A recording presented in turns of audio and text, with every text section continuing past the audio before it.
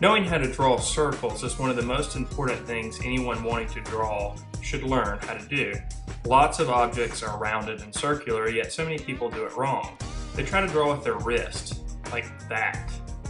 And that's not exactly the right way to draw a circle because you get all kinds of distortion when you try that. Instead, you should try to draw with your shoulder. Keep your wrist and your arm straight and move your shoulder in a circular motion.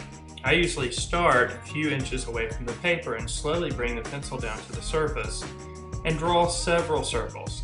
It's kind of like playing the lottery. You have a better chance of winning the lottery if you buy more than one lottery ticket.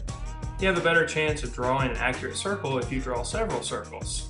So here again, you just move your shoulder, not your wrist. Keep your wrist and your forearm straight, hold your pencil in one location, and you can draw a pretty good circle. Now, of course, this takes practice, just like anything else, but once you grasp the right way to draw a circle, you can draw any rounded object fairly easily by putting circles together. So there again, don't use your wrist. You end up with something like that. Instead, draw with your shoulder. Drawing circles doesn't have to be hard when you understand that drawing circles happens in your shoulders, not in your wrist. This has been another video tutorial brought to you by thevirtualinstructor.com.